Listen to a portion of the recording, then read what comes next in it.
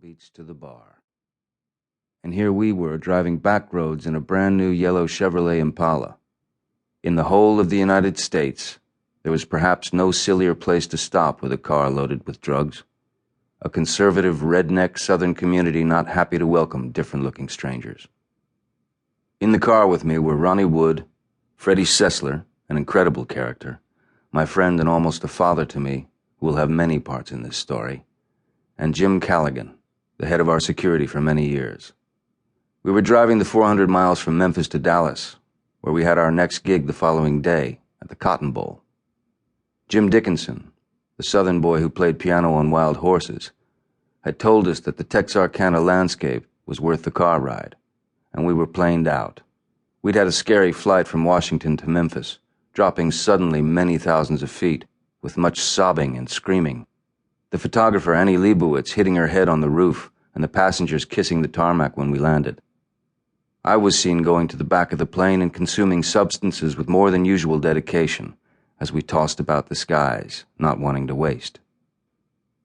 So we drove, and Ronnie and I had been particularly stupid. We pulled into this roadhouse called the Fordyce, where we sat down and ordered, and then Ronnie and I went to the John. You know, just start me up. We got high. We didn't fancy the clientele out there or the food, and so we hung in the John, laughing and carrying on. We sat there for 40 minutes, and you don't do that down there. Not then. That's what excited and exacerbated the situation, and the staff called the cops.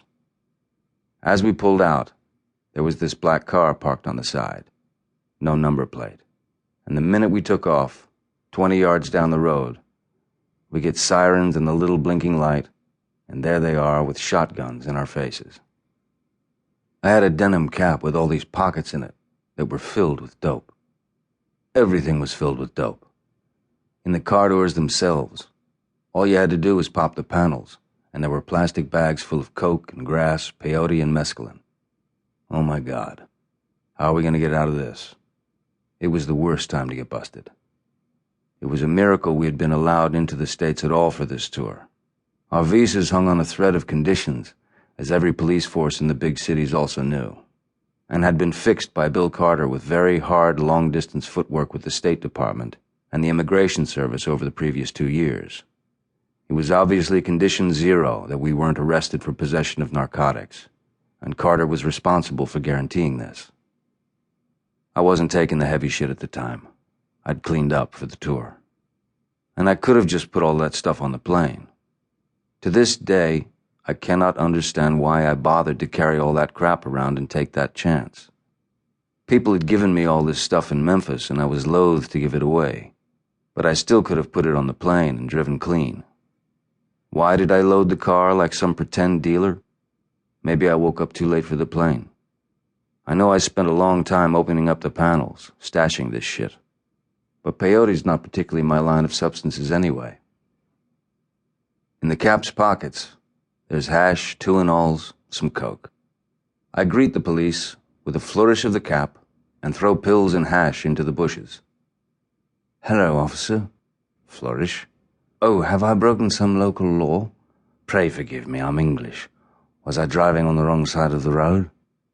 And you've already got them on the back foot. And you've got rid of your crap, but only some of it. They saw a hunting knife lying on the seat and would later decide to take that as evidence of a concealed weapon, the lying bastards. And then they made us follow them to a car park somewhere beneath City Hall. As we drove, they watched us, surely, throwing more of our shit into the road. They didn't do a search immediately when we got to the garage.